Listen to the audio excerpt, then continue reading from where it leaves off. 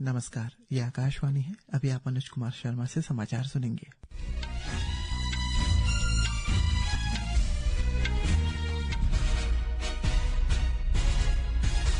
पूर्व प्रधानमंत्री डॉक्टर मनमोहन सिंह का अंतिम संस्कार दिल्ली के निगम बोध घाट पर पूरे राजकीय सम्मान के साथ किया गया।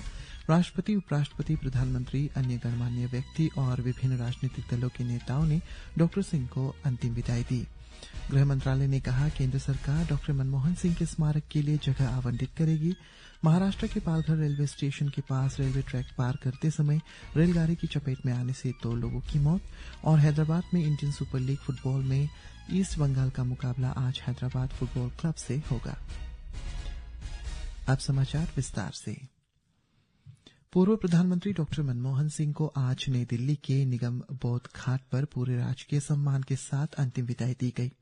सिख ग्रंथियों और डॉक्टर मनमोहन सिंह के परिजनों के अंतिम संस्कार से पहले गुरबानी का पाठ किया और तोपों की सलामी दी गई। औपचारिक गार्ड ऑफ ऑनर के बाद राष्ट्रपति द्रौपदी मुर्मू, उपराष्ट्रपति जगदीप धनखड़, प्रधानमंत्री नरेंद्र मोदी, केंद्रीय मंत्री राजनाथ सिंह, अमित शाह और जगत प्रकाश नड्डा तथा लोकसभा अध्यक्ष ओम बिरला ने डॉक्टर सिंह को श्रद्धांजलि अर्पित की। इसके अतिरिक्त कांग्रेस अध्यक्ष मल्लिकार्जुन खड़गे, सोनिया गांधी और राहुल गांधी सहित कांग्रेस पार्टी के कई नेताओं ने उन्हें अंतिम विदाई दी।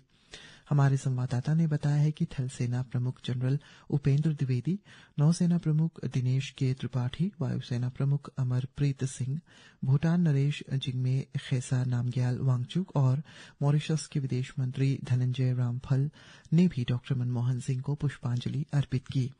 पूर्व प्रधानमंत्री मनमोहन सिंह का बृहस्पतिवार को नई दिल्ली में निधन हो गया था। वे 92 वर्ष के थे और लंबे समय से बीमार थे। उनका जन्म 26 सितंबर 1932 को अविभाजित भारत के पंजाब राज्य में हुआ था। गृह मंत्रालय ने कहा है कि सरकार पूर्व प्रधानमंत्री डॉक्टर मनमोहन सिंह के स्मारक के लिए जगह आवंटित करेगी। मंत्रालय ने एक बयान में कहा है कि सरकार को कल इस संबंध में कांग्रेस अध्यक्ष मल्लिकार्जुन खड़गे ने अनुरोध प्राप्त हुआ था।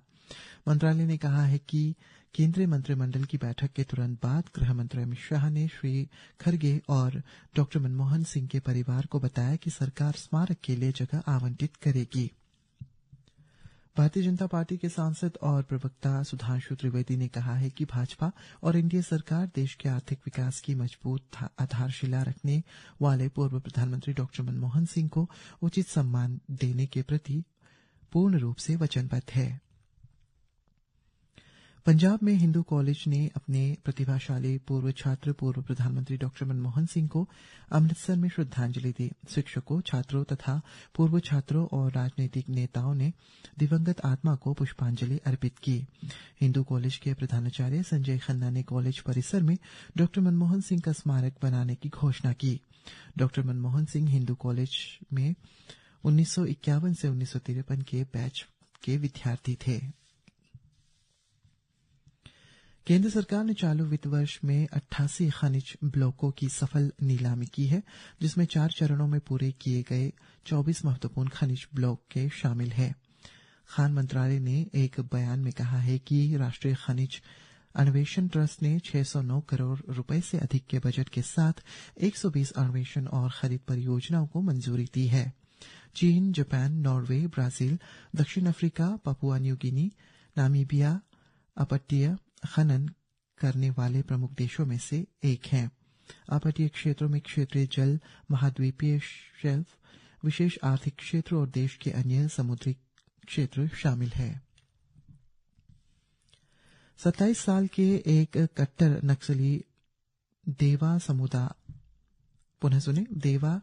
सुमादो मुदान ने महाराष्ट्र के गोंडिया जिले में एक पुलिस के सामने आत्मसमर्पण कर दिया है। उस पर 7 लाख रुपए का इनाम था।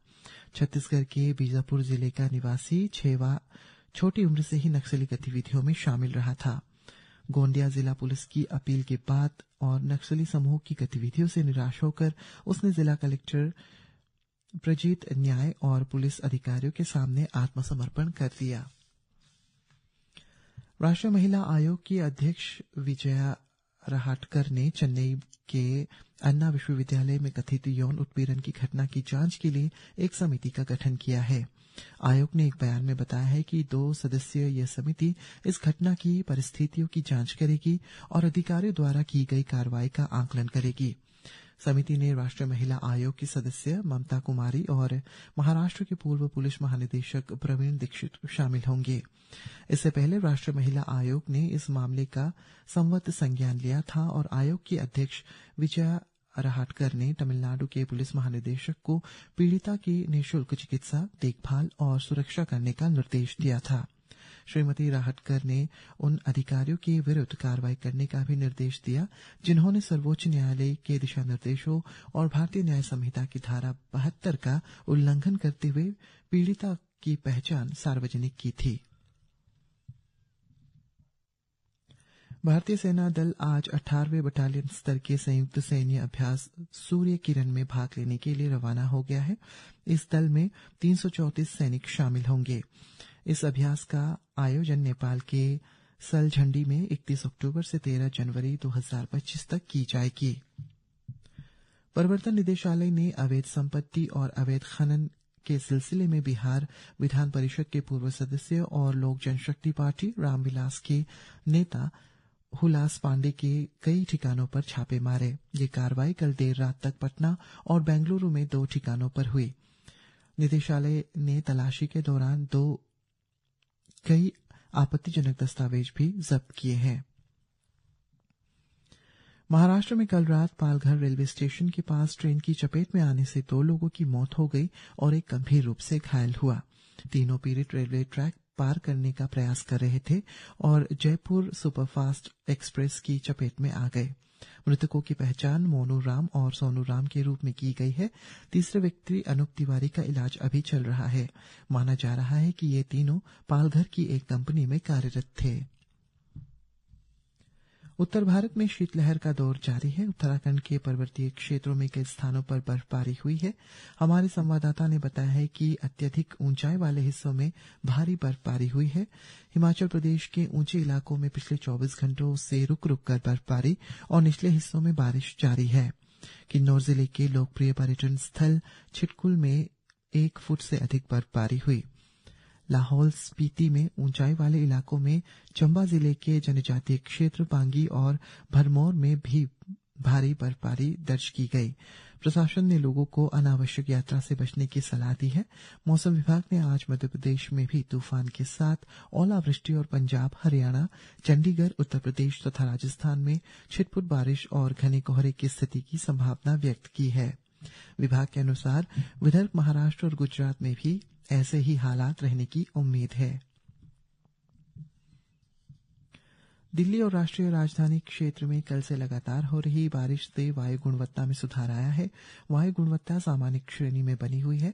दोपहर 1 बजे तक औसत वायु गुणवत्ता सूचकांक 140 दर्ज किया गया। प्रधानमंत्री नरेंद्र मोदी कल आकाशवाणी पर मन की बात कार्यक्रम में देश विदेश के लोगों के साथ अपने विचार साझा करेंगे। ये मासिक रेडियो कार्यक्रम की 117वीं कड़ी होगी।